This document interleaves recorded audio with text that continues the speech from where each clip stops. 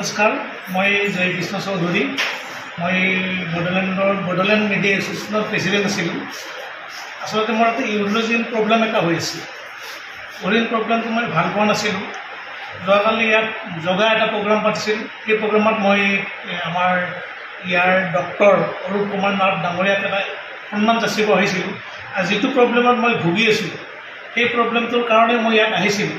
যোৱাকালি মই দেখালোঁ, দেখাই যোৱাকালি মোৰ অপাৰেশ্যন হ'ল। অপাৰেশ্যনটো একদম ছাকচেছফুলেই হ'ল।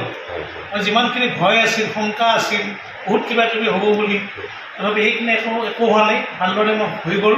আৰু বিশেষকৈ ইয়াত যিখিনি নাৰ্ছ ষ্টাফ আদি কৰি চিকিউৰিটিকে আদি কৰি যিটো বিহেভ, মই অভিজ্ঞ এজন ব্যক্তি বুলি ক'লে ভুল অহংকাৰ কৰা হ'ব, কিন্তু মই গোটেই অসম ঘূৰিছোঁ, নৰ্থ ইষ্ট ঘূৰিছোঁ, অল ইণ্ডিয়া ঘূৰিছোঁ, কিন্তু এই হস্পিটেলখন কিডনী হস্পিটেল অৰূপ কুমাৰ নাথৰ যিখন ইউনিট হস্পিটেল, তেখেতৰ আধা মই বেমাৰ তেওঁলোকৰ ব্যৱহাৰতে ভাল হৈ গৈছোঁ।